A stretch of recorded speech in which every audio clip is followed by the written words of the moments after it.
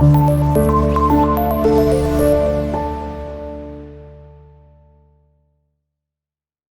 वालेकुम students, my name is Mohammad Ahmad, your biology teacher.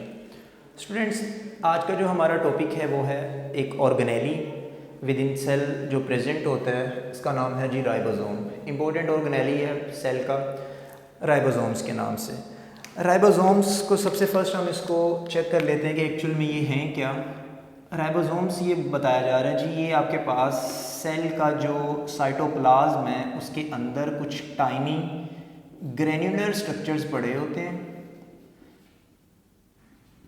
यानी कि बहुत छोटे और ग्रेन्स की टाइप के स्ट्रक्चर्स मौजूद हैं जिनको हम राइबोसोम का नाम दे रहे होते हैं। Tiny granular structures present within the cell is called ribosomes. Ribosome के अंदर छोटे छोटे ये स्ट्रक्चर्स मौजूद हैं ग्रेन्स की शेप के, उनको हम नाम दे देते हैं कि ये हमारे पास राइबोसोम्स हैं। इनकी अगर हम अक्यूरेंस देखें कि ये हमारे पास किस टाइप के सेल में मौजूद होते हैं, तो हम इनको देखेंगे कि ये हमारे पास दोनों टाइप के जो सेल्स हैं हमारे पास, जिनको हमने नाम दिया हुआ है, एक हमारे पास प्रोकैरियोट्स होते हैं और दूसरे हमारे पास यूकैरियोट सेल्स होते हैं। तो जब हम इनको ऑब्जर्व करेंगे तो हमें प्रोकैरियोटिक सेल और यूकैरियोटिक सेल दोनों में ही मिल जाएंगे, यानी कि हम इस प्रोकैरियोट सेल में भी हमारे पास ये मौजूद है, लेकिन वहाँ पे ये साइज़ में ज़्यादा छोटे होते हैं और ये इनके ऊपर कोई मेम्ब्रेन नहीं होती।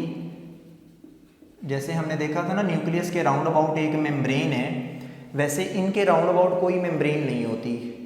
ठीक है, कोई भी मेम्ब्रेन इनके ऊपर मौजूद नहीं होती, ये अनबाउंडेड होती हैं, कोई भी मेम्ब्रेन इनको नहीं जोड़े इनके ऊपर होती।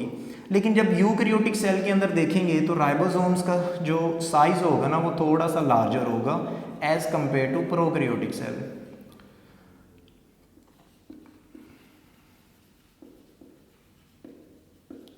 इनसे ये थोड़े से बड़े होते हैं, यानी कि जो यूकैरियोट्स के अंदर राइबोसोम्स मौजूद हैं वो प्रोकैरियोटिक सेल से थोड़े से साइज़ में बड़े होते हैं, लेकिन मेम्ब्रेन बाउंडेड ये यहाँ पर भी नहीं होते।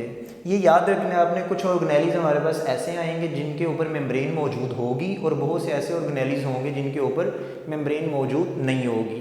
तो ऐसे ऑर्गेनेलीज जिनके ऊपर मेम्ब्रेन बाउंड वो नहीं होते, उनमें एक तो राइबोसोम है, चाहे वे प्रोकैरियोट सेल में हो या यूकैरियोट सेल में हो, साइज़ का डिफरेंस इनमें होता है, लेकिन मेम्ब्रेन दोनों के ऊपर मौजूद नहीं होती। अगर हम इसकी लोकेशन देखेंगे सेल में ये किस किस जगह पे मौजूद है, अगर हम राइबोसोम की लोकेशन देखेंगे ये हमारे पास सेल में कहाँ पर मौजूद होता है, तो टू डिफरेंट लोकेशंस आती हैं हमारे पास। फर्स्ट तो हम ये बोल देते हैं कि ये फ्रीली मूव कर रहे होते हैं साइटोप्लाज्म के अंदर।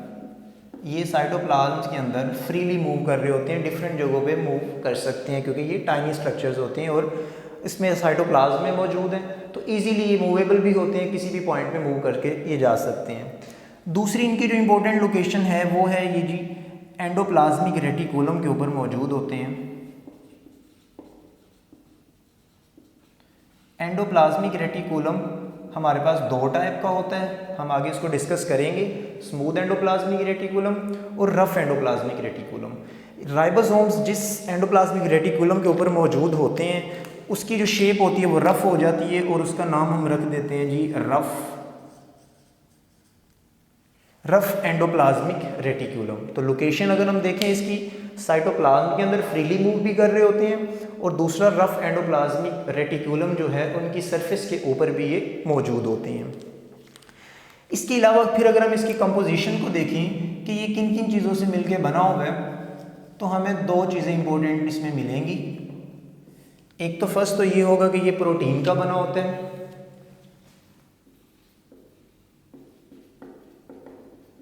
दूसरा इसके अंदर राइबोसोमल आरएनए मौजूद होता है। दोनों इसमें प्रोटीन और आरएनए और राइबोसोमल आरएनए मौजूद होता है। 3 डिफरेंट टाइप्स होती है ना आरएनए की, उनमें से जो राइबोसोमल आरएनए होता है वो इसमें मौजूद होता है।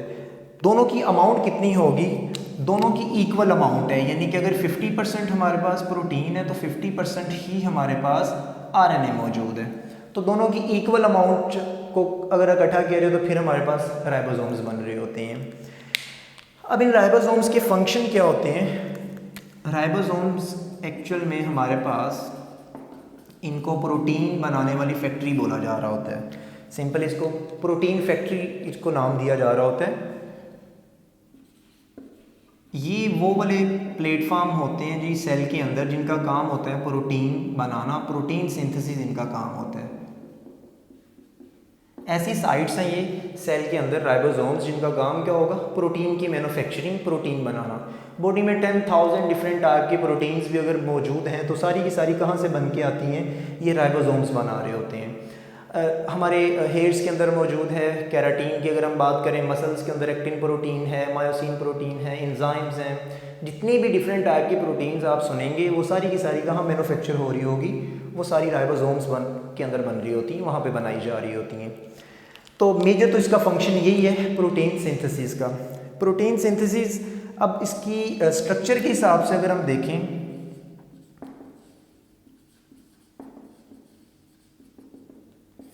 तो ये इसका स्ट्रक्चर अगर हम देखें तो 2 डिफरेंट यूनिट्स इसमें मौजूद होते हैं।